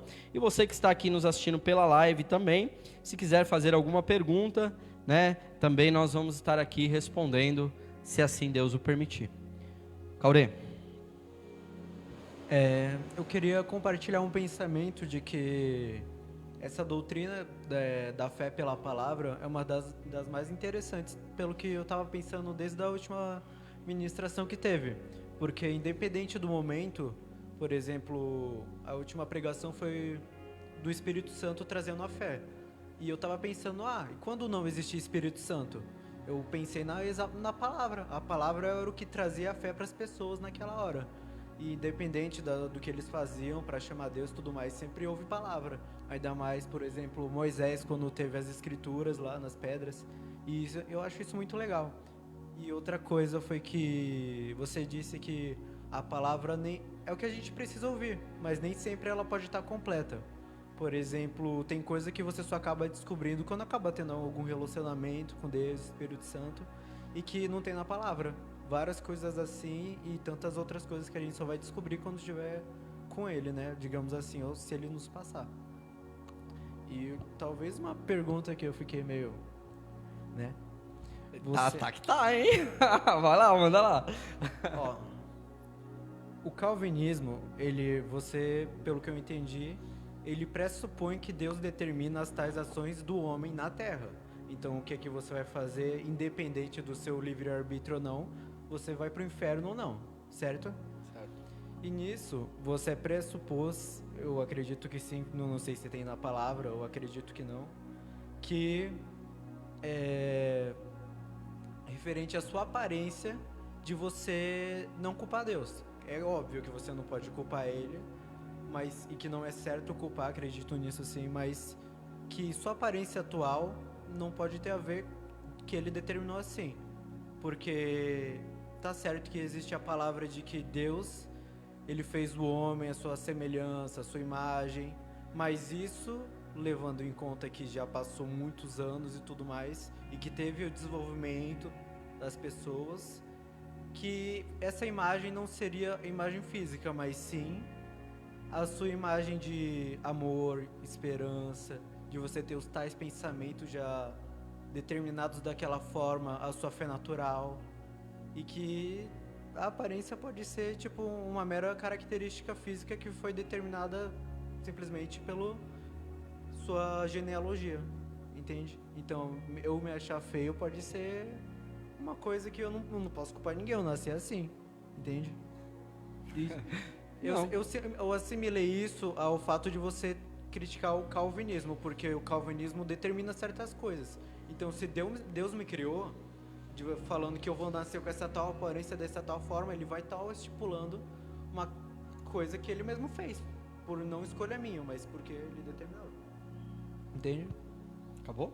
Acabei. Eita glória! Já tá, daqui a pouco tá pregando já o garoto aqui.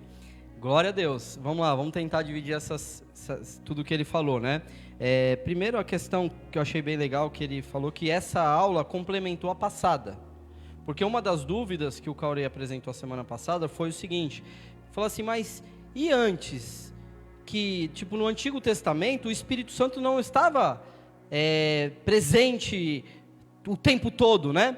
E ali eu falei que o Espírito Santo ele vinha sobre pessoas específicas para propósitos específicos, né? E aí isso deu um pouco uma dúvida, né? Que o Cauri falou assim, puxa, mas então não tinha Espírito Santo, como que as pessoas podiam conhecer a Deus? Porque a mensagem foi que a fé em Deus pelo Espírito Santo. Então, aí ele trouxe esse complemento e fala assim, não, o Espírito Santo revela, mas mais importante do que até, não diria nem uma questão de importância, mas também nós temos o quê? A palavra de Deus que nos revela a Deus. Então, se aqueles lá no Antigo Testamento que não tinham o Espírito Santo para revelar a Deus para eles já tinham a palavra de Deus.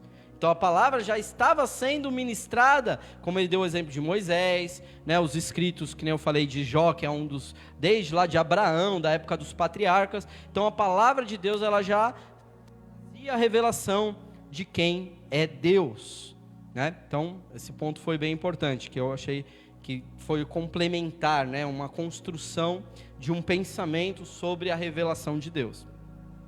Aí depois o Cauri falou sobre a questão sobre a Bíblia não está totalmente completa. mas ela entrega o que a gente precisa saber. Isso, perfeito. Então, assim, a revelação de Deus, ela não está completa nas Escrituras, por quê? Porque é aquilo que eu bati bastante de falar assim, olha, a Bíblia não mostra o que eu quero saber, mas sim o que eu preciso saber. Então, a Bíblia não tem tudo, né? Não tem tudo.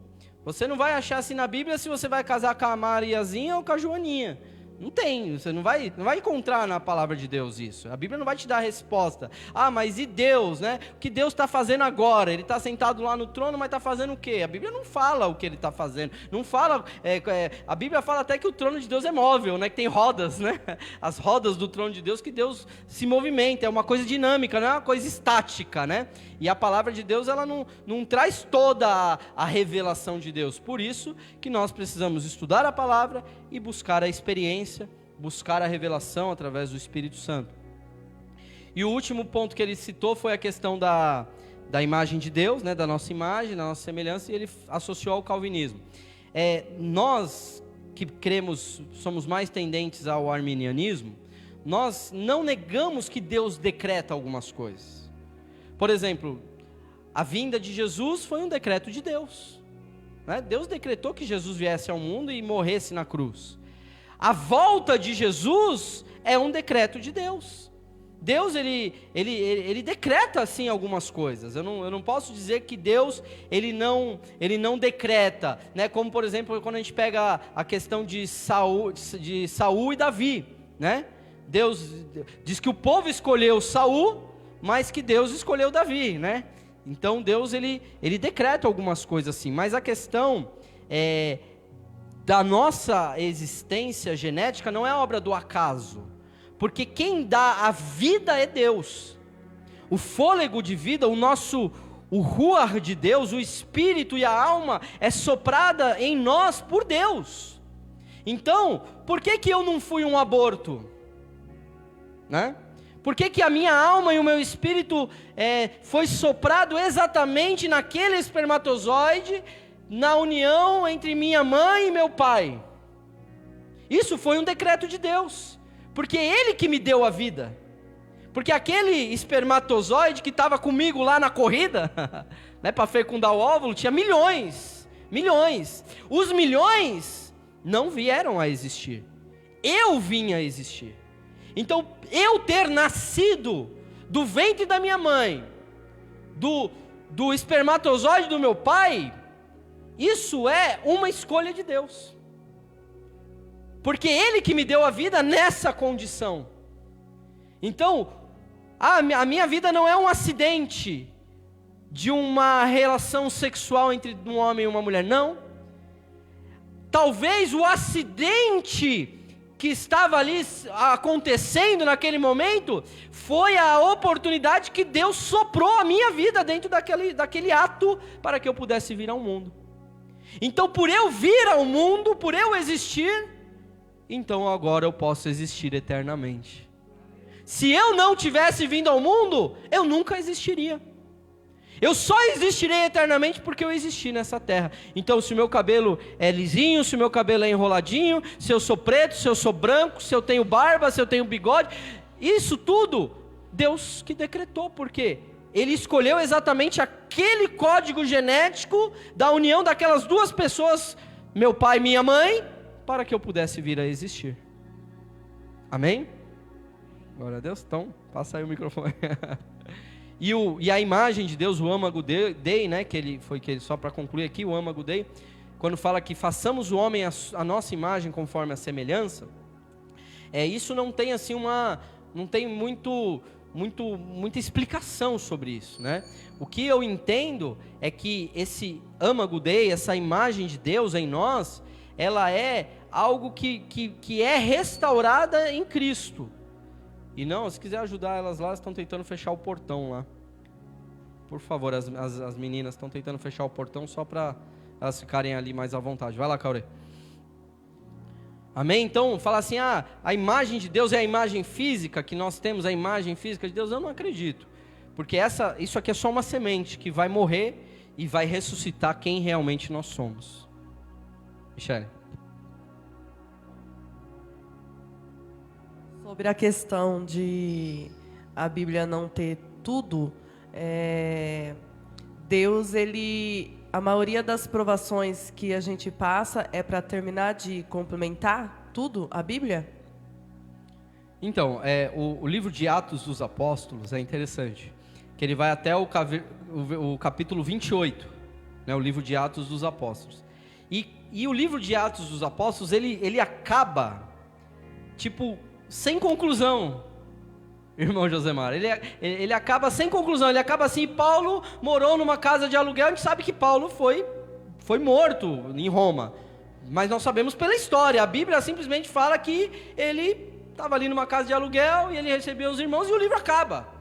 Então, há quem diga, Michele, que o livro de Atos ainda está sendo escrito no céu, né? Então um dia a gente vai chegar lá na glória e vai ter ainda o livro de Atos com os atos de todos os apóstolos, né? O apóstolo é quem? É o enviado, né? Então nós somos enviados de Deus, talvez não no contexto ministerial, mas no contexto espiritual. Então os nossos atos estão sendo escritos ainda. Então, nesse ponto de vista, eu acredito que tudo está sendo registrado e um memorial vai existir, né, sobre as nossas vidas. Então, a palavra de Deus, ela vai falar assim: ela não foi completa. Não é que ela não foi completa, ela tem aquilo que nós precisamos, né? Então, por exemplo, se você for ler o livro de Apocalipse, você vai encontrar toda a revelação do final das coisas, né? Só que o final das coisas não está só no Apocalipse. Nós encontramos o final das coisas em muitos outros livros da Bíblia. Nós encontramos em Daniel, em Zacarias, em Mateus. Então é uma construção que vem desde lá do Antigo Testamento até o Apocalipse para falar sobre as coisas do fim. Então não é que e também não tem tudo. Por exemplo, vai falar assim: mas e o novo céu e a nova terra? Como que vai ser, pastor? Depois do juízo final, depois que os ímpios foram lançados no lago de fogo e enxofre, como que vai ser o novo céu e a nova terra? A Bíblia não diz, irmãos. A Bíblia não nos dá detalhes de como será. O máximo que nós chegamos é até a Nova Jerusalém, que é uma cidade que tem muros. Se tem muros para quê? Já parou para pensar nisso? Por que a Nova Jerusalém teria muros?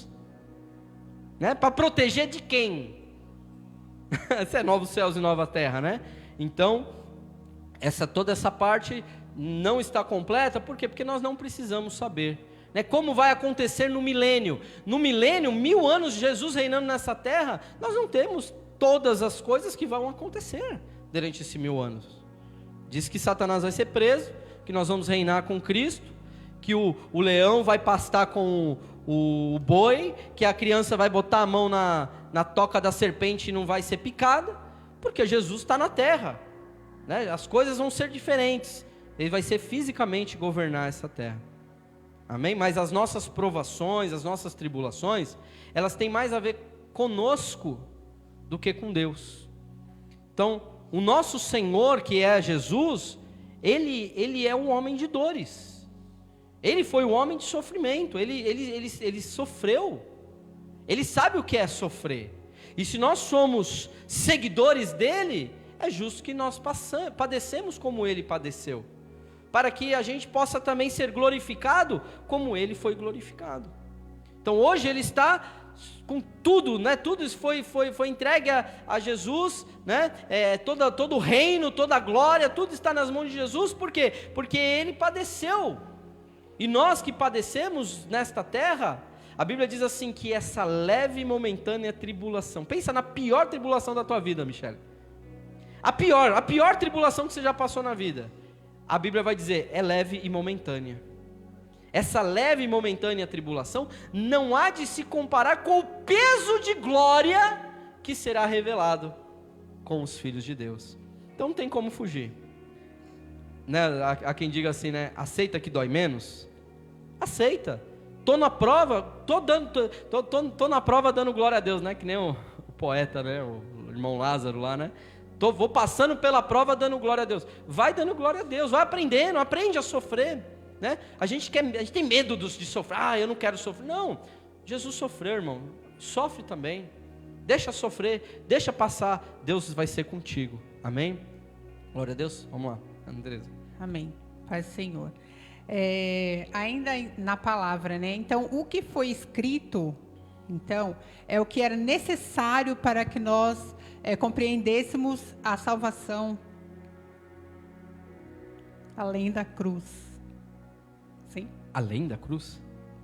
A cruz é o principal, né? Não, é a cruz, né? Isso, a cruz. É a cruz. Isso é o que foi escrito, foi o necessário. Não precisava ser nem a mais, nem a menos. Nem a menos. O necessário que a gente precisa. Você tocou num ponto bem interessante, que foi um também da minha palavra aqui na segunda, né? A Bíblia, ela é cristocêntrica, né?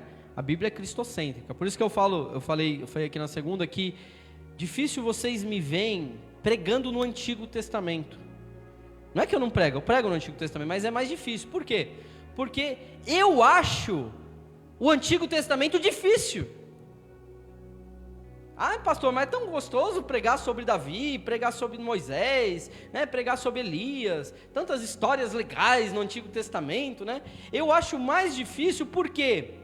Porque eu preciso encontrar Jesus, eu preciso encontrar a cruz lá no Antigo Testamento. Porque a Bíblia diz que o Antigo Testamento é uma sombra e que a realidade é Cristo. Então, quando eu olho para Isaac, para Abraão entregando Isaac, ali é uma figura cristológica, né?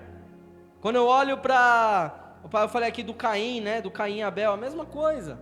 O sangue que clama, né? Até hoje, qual é o sangue que clama até hoje? É o sangue de Jesus. É o sangue daquele que foi morto, né? Para hoje nós pudermos. Então, tudo que a gente vê na palavra de Deus, nas escrituras, no Antigo principalmente, ele tem que apontar para Cristo. Então, posso começar pregando sobre Moisés, mas eu tenho que terminar pregando em Jesus. Eu preciso terminar aplicando na minha vida uma verdade cristocêntrica. Então, o que você falou faz todo sentido. Por quê? A Bíblia, ela não tem tudo o que eu quero, nem além, nem a quem. Por quê? Porque a Bíblia aponta para uma pessoa que se chama Jesus Cristo. Amém? Então, se eu leio o Levítico, eu preciso encontrar Jesus em Levítico, né? E aí eu falo que eu prego mais no Novo Testamento. Por quê? Porque lá no Novo Testamento é mais didático, é mais elucidativo, é mais explicação. O Novo Testamento me mostra, me fala o que Jesus disse, o que Paulo disse, Paulo explicando o que é a graça, o que é a salvação, tudo isso de uma maneira didática, fácil de eu compreender. Não vou dizer que é fácil, mas é mais fácil de eu compreender do que simplesmente olhar para livros do Antigo Testamento. Amém? E outra coisa, Deus ele não decreta quem vai para o inferno, quem vai para o céu. Porém, Ele sabe aqueles que vão ser salvos e os que não vão ser salvos pela predestinação que Ele tem. É isso. Uma vez o Senhor nos falou sobre a predestinação de Deus, né? A predestinação, irmãos, é a ênfase do calvinismo. Mas a predestinação é bíblica. Aquele que antes conheceu, predestinou, né? E aquele que ele predestinou, ele elegeu e glorificou, né? Romanos 8, se eu não me engano. Então, assim, a predestinação é bíblico. E aí, qual é o nosso argumento sobre Deus predestinar? Porque predestinar é destino, né? Ele já predestinou, né, alguns para a salvação e outros para a perdição. É isso que o calvinismo fala. Só que nós entendemos o quê? Que Deus ele predestinou, mas ele predestinou segundo a sua presciência, o seu pré-conhecimento. Então é exatamente o que você falou. Ele já predestinou antes da fundação do mundo, porque o livro da vida foi escrito antes da fundação do mundo, certo? Então ele foi escrito antes da fundação do mundo. Por quê? Porque Deus ele já previu de antemão aqueles que responderiam à graça e aceitariam a Cristo como seu Senhor. Então ele predestinou aqueles que ele de antemão previu que faria essa escolha. Então assim, e qualquer um pode escolher? Irmãos, aí tem um outro contexto teológico que fala sobre a depravação total. Nós, que cremos no arminianismo, também cremos na depravação total. Que o homem, ele não tem nada nele mesmo para chegar a Deus. Toda a nossa condição de aceitar a Cristo, ela não vem de nós mesmos. O pecado trouxe uma depravação no homem de tal maneira que ele não consegue mais se achegar a Deus porque ele está morto. Mas a Bíblia fala sobre uma graça preveniente. Então Deus, Ele dá uma graça para que nós possamos dar o primeiro passo e aceitar a Jesus. E aí Ele nos salva e nos liberta. Amém? Vamos lá, Sandro.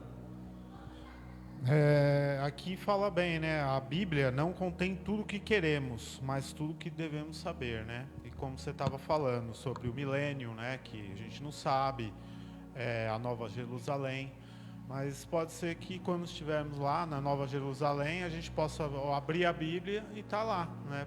Simplesmente ela não foi revelada, né? Como está dizendo aqui, não é isso?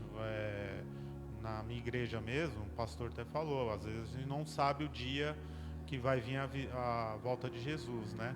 Mas pode ser que quando estiver lá, olhar aqui na Bíblia, a gente possa encontrar, ela não foi revelada, né, para nós, né?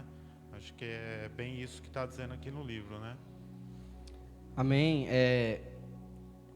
Interessante, Sandro, porque é o seguinte, eu penso que Deus ele tem assim um certo coisas não evoluem assim, tipo, Deus não precisa evoluir, Deus é Deus, né, irmãos? Deus é Deus. Então, às vezes as pessoas falam assim, quando eu chegar lá no dia do juízo final, vai ter um telão, né? Uma coisa assim cinematográfica, assim, uns negócio em 3D, virtual. Tipo, eu creio, irmãos, que tem coisas que Deus ele ama, por exemplo, livro, né?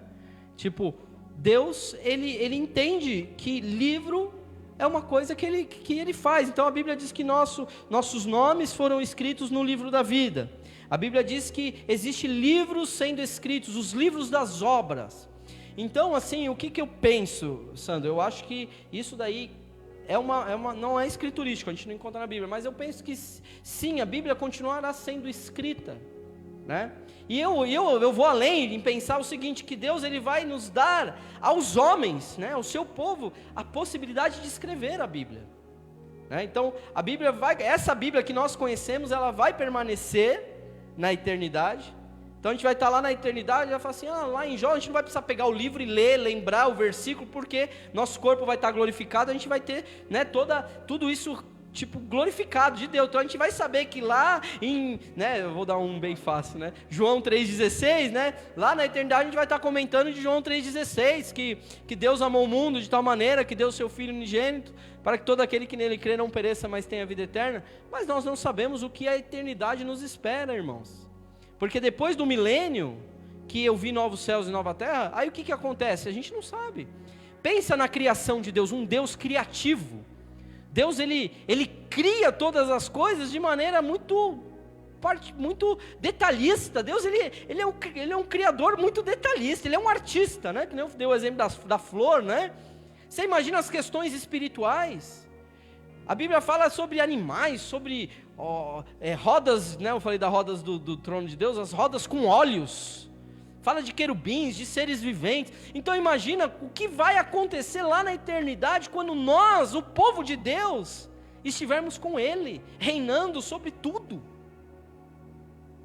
Sabe? Então, os livros, a Bíblia vai continuar sendo escrita, a palavra de Deus, assim, eu não sei, não vai precisar de tinta e caneta e papel, não é nada disso, mas a palavra de Deus, nós seremos esse livro, nós seremos a palavra de Deus viva na eternidade, porque nós estaremos contando a história para outros seres que nós nem imaginamos que existe ou que vai existir. Nós vamos contar a história, as pessoas vão olhar para nós e vão conhecer a história de Cristo, o Filho de Deus que veio ao mundo e morreu por nós, para nos fazer ser glorificados eternamente. É coisa maravilhosa, né, irmão? Glória a Deus, muito boa a pergunta. E Josemar? Acho que você precisa ligar aí o microfone. Ligou? Então tá bom. Tá ligado aí? Amém. Agora veio. Agora pegou, né? Salve, irmão, com a paz do Senhor. Amém. Uma boa noite a todos. Então, eu tô com duas perguntas aqui. Eu tô com uma em duas. Uma pergunta praticamente é duas respostas, né? Sobre a introdução, quando o pastor iniciou, falando sobre a sua salvação, que o pastor conheceu o irmão Sandro na faculdade.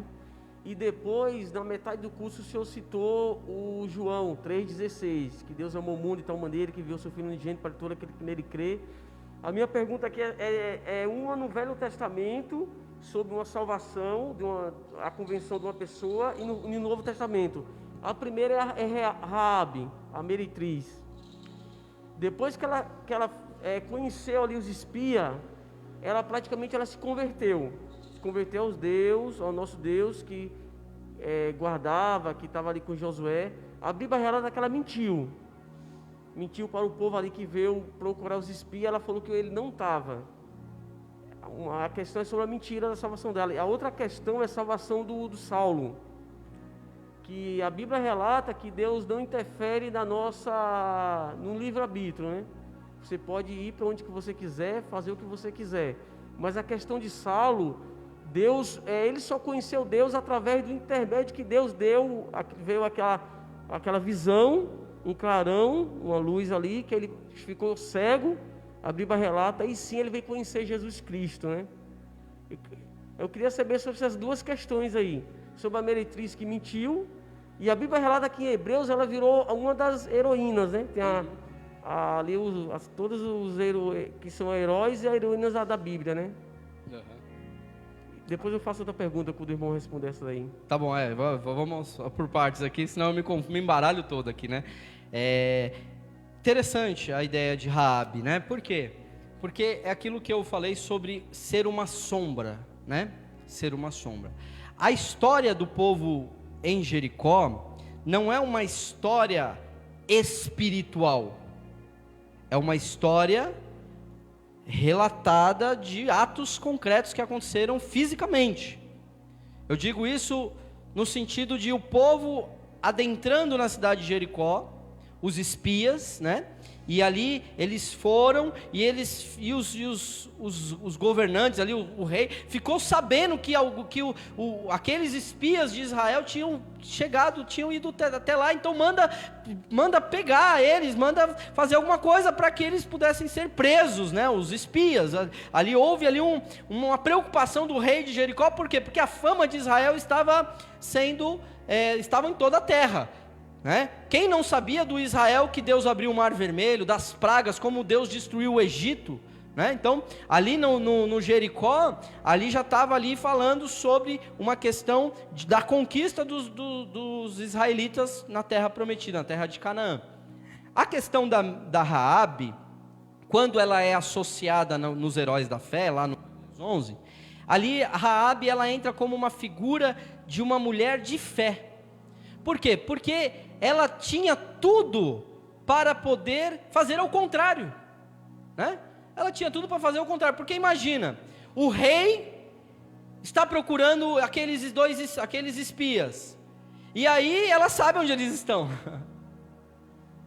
Imagina se ela não seria beneficiada pelo rei de Jericó por ter entregado os espias. Ela talvez não precisaria nem ser mais prostituta. Ela iria ter uma casa lá boa, ia ganhar ali uma posição no governo lá de Jericó. Por quê? Porque ela fez uma boa ação para o seu próprio povo. Ela era uma moradora de Jericó. Só que quando Raabe, ela olha para os espias, aí entra o contexto do quê? Da fé. Então a fé que Raabe teve para esconder os espias, né? Traz a ideia de que ela creu que os israelitas teriam vitória contra o Jericó. Tanto é que ela fala assim: olha, lembra de mim quando o seu Deus vos der a vitória. E aí que ele pede o sinal, ele fala assim: ó, coloca um fio de escarlate na porta da tua casa, que já é um símbolo de Jesus, né? Um símbolo do sacrifício de Jesus, e coloca todos os seus dentro da casa, porque quem estiver dentro da casa vai se salvar, e quem estiver fora vai morrer. Então, isso é uma figura de que aqueles que estão debaixo do fio de escarlate, aqueles que estão dentro da casa, eles são poupados da destruição e da morte. Aí você perguntou sobre a mentira de Raabe. Irmãos, os nossos conceitos morais não podem ser atribuídos como sendo algo que vai ferir o caráter de Deus. Como por exemplo, Davi, quando fugindo de Saul, ele foi até o rei Amalequita. O que ele fez? Ele se fingiu de louco. Ele começou a babar, ele começou a ficar doidão, assim, tipo... Aí o rei olhou e falou, já não basta tantos loucos ao meu redor? Vocês me trazem mais esse louco? Mas Davi não estava sendo louco, ele não era louco, ele estava ali mentindo, talvez, ele estava mentindo. Mas aquilo foi algo que fere o conceito moral que nós temos, mas que foi talvez até o escape de Deus, para que pudesse cumprir o propósito. Davi não podia ser morto pelo rei dos Amalequitas, por Amaleque. Ele não podia. Ele tinha que cumprir o propósito de ser rei de Israel. Raabe não podia entregar os espias, porque era um propósito de Deus que os israelitas conquistassem Jericó. Então ela mentiu, foi a maneira que ela encontrou ali de poder esconder os espias, né? Então veio onde está, não passou, eles foram para lá, e ainda deu o caminho errado para os guardas aí atrás, né? Depois desceu pelo cesto lá das muralhas. Então assim, a mentira não é uma condição de punição eterna, né? A mentira não pode ser uma punição eterna, porque o próprio apóstolo Paulo, ele disse assim, olha, eu me fiz de louco para ganhar os loucos, eu me fiz como se estivesse debaixo da lei, para ganhar os que estão debaixo da lei. Eu me fiz tudo em todos, para ver se eu ganhava alguns, se salvava pelo menos alguns. Então, o método, às vezes, não é o mais nobre, mas muitas vezes é o que Deus deu ali de oportunidade. Então eu não creio assim que a Raabe ela foi salva eternamente, porque a salvação, irmão Josemar, no Antigo Testamento é na perspectiva do Messias. A salvação não era por cumprir a lei, ou a salvação não era por esconder espias. Ela foi salva da morte ali naquele lugar, e relata no livro de Hebreus, porque pela fé ela fez isso. Porém, a salvação na antiga aliança era na perspectiva do Messias que viria. A salvação foi sempre pela fé, do começo ao fim. E a questão de Saulo, né, que você colocou, Saulo, ele teve um encontro com Deus, né? Jesus, ele apareceu para Saulo, porque Saulo era um vaso escolhido, não foi isso que Jesus falou? Ele, para mim, é um vaso escolhido, falou para Ananias, né? Falou, eu tenho para mim um vaso escolhido. Mas ele era o matador dos cristãos. Ele que pegou ali a capa daqueles que apedrejaram Estevão. Só que quando Jesus se revelou para Saulo, ele não ofereceu salvação nenhuma. Jesus, ele se revelou para Saulo dizendo assim, Saulo, Saulo, por que me persegues? Ele não falou assim, Saulo, creia em mim e será salvo tu e a tua casa. Não, ele falou, Saulo, por que me persegues? Aí ele, quem é, Senhor? Sou eu, Jesus, a quem tu persegues. E aí, diz a palavra que acabou a visão, ele ficou cego, e ele foi conduzido até a cidade lá de Damasco, mas aí Deus levantou um outro homem de Deus, Ananias, para ir lá e pregar Jesus para ele. O mesmo Jesus, Ananias chega para Saulo e diz, olha, o mesmo Jesus que te apareceu no caminho de Damasco, é o Jesus que vai salvar, e ele começa a pregar o evangelho. Saulo, ele precisou ser evangelizado e receber a palavra de Deus no seu coração também. Então, a experiência que ele teve da revelação de Cristo não foi o que salvou ele. O que salvou ele foi quando Ananias visitou ele e orou por ele, pregou o evangelho, ele foi batizado e foi cheio do Espírito Santo. Certo? Outra pergunta rapidinho para mim concluir, que era duas. Já tomei um pouco de tempo. A Não, questão da escritura. que o irmão falou, que o pastor falou, que é perfeita, também no início também, falou a questão da Bíblia. Lá em Gênesis, eu até anotei aqui, Gênesis 35, fala que Deus mudou o nome de Jacó para Israel. Só que em capítulo seguinte, vemos muitas citações de Jacó ainda. E outras partes, outros capítulos, outras histórias também da Bíblia. As Bíblias atuais, há erro de ortografia, como o pastor falou no meio do curso, que foi inspirada por Deus, que o primeiro livro que o pastor citou foi Jó, que Moisés escreveu Gênesis, né? Êxodo.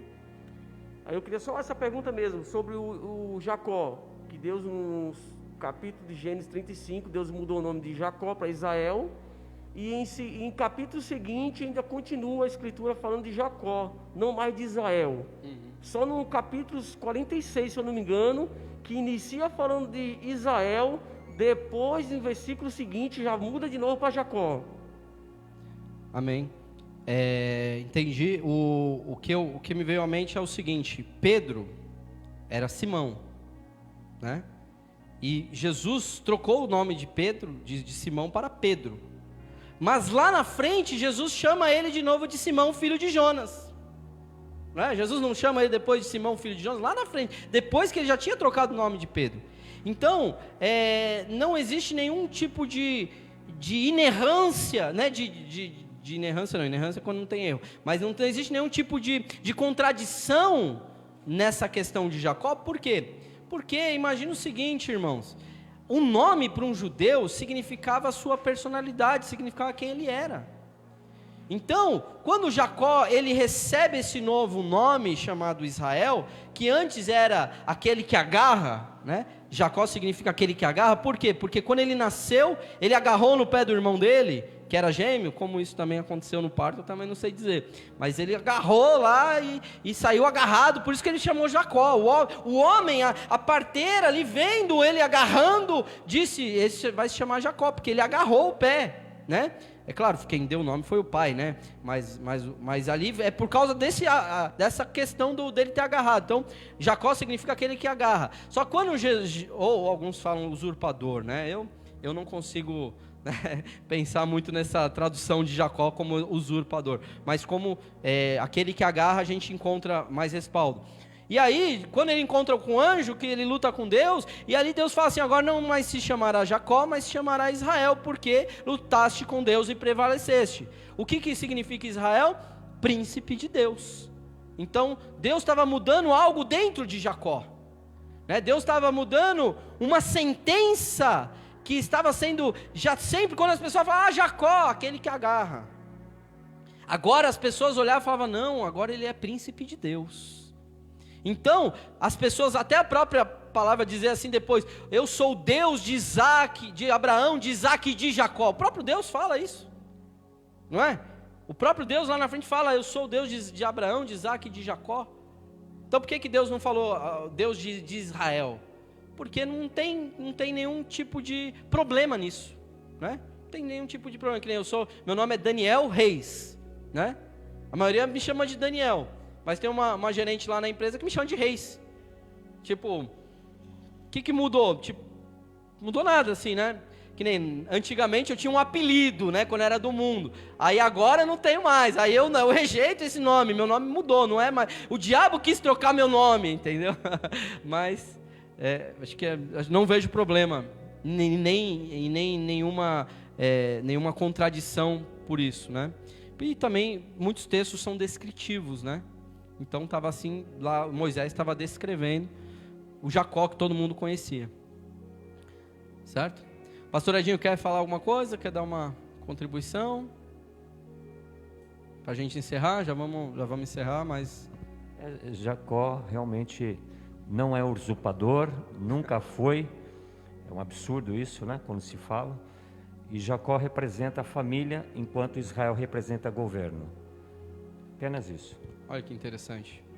Jacó é a parte patriarcal, né? O pai de 12 filhos, né? 12 filhos, o pai de 12 filhos, de 12 tribos, um patriarca, Jacó, os filhos de Jacó, e um Israel, que é um príncipe de Deus, que simboliza Jesus, né? que traz, aponta para Cristo. Amém? Glória a Jesus. Hoje foi gostoso, o final de agora vocês me surpreenderam, hein? Foi muito bom. Geralmente no final o pessoal fica tímido. Não. Lembrando que Raabe não mentiu.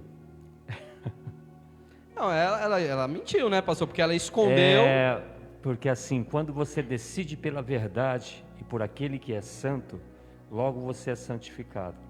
Entendeu? Por decidir pelo amor, pela perfeição. Nas trevas onde ela estava, a mentira não tinha autonomia contra uma verdade que ela decidiu fazer parte.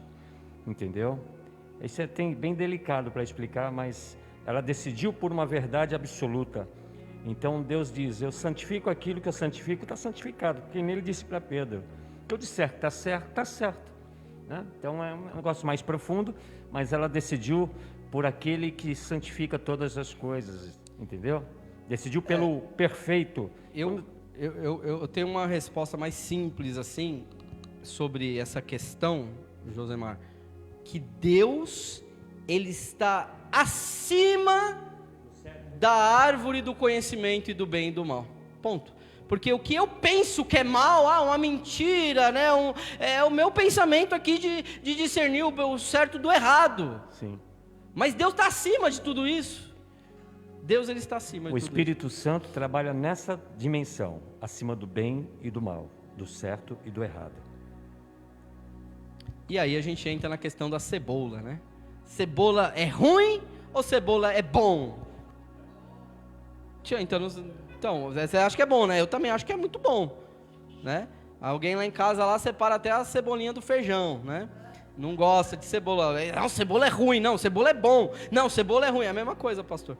O certo, o bem e o mal, o certo ou o errado, tipo, o nosso conceito é limitado. Nós não temos a mente de Deus para poder querer trazer Deus nesse mundinho nosso de bem e mal, né? E fala, Raabe mentiu e foi salva. Meu irmão, o ladrão da cruz, ele fez coisas muito piores do que mentir e foi salvo, né? Amém? Glória a Deus. Pedro negou Jesus 3 vezes e foi salvo, né? Então, tantas coisas que nós fazemos, a nossa natureza humana, fraca, pecaminosa, é alvo da bondade e da misericórdia do nosso Deus. Amém? Vamos finalizar então. Coloque de pé. Então, semana que vem nós teremos aqui a nossa aula da fé em Deus pela pessoa de Cristo, pela pessoa de Jesus. Amém? Feche seus olhos. Senhor, nosso Deus, nosso Pai, nós te agradecemos e te louvamos por tudo aquilo que o Senhor tem feito em nossas vidas. Obrigado por esse curso, obrigado, Senhor, por esses ensinamentos, obrigado, Senhor, por essa dinâmica. Aqui no final, tantas perguntas tão interessantes, tão pertinentes, Pai amado, que traz aqui para nós, Senhor, uma reflexão e nos leva a desejar o conhecimento e querer ir mais além, mergulhar mais fundo na sua palavra e na tua revelação. Por isso, Pai, eu te peço, Senhor, que o Senhor abençoe cada um dos seminaristas, que você abençoe, Senhor, cada irmão, cada irmã que está, Senhor, se esforçando para aprender, para buscar mais a Tua presença, que a Tua revelação seja como uma fonte que jorra para a vida eterna, e que possamos a cada dia, Senhor, experimentar, Senhor, Pai amado, a Tua graça e o Teu poder, através da Tua revelação, através das Tuas escrituras, Pai. Obrigado, Senhor, leva-nos agora debaixo da Tua bênção, leva-nos debaixo da Tua graça, e que o grande amor do Pai, que a graça do nosso Senhor e Salvador Jesus Cristo, as doces consolações do Espírito Santo de Deus, permaneça com todo o povo de Deus, não somente hoje, mas para todo sempre. E a igreja diz, amém. Dê uma linda salva de palmas ao Senhor.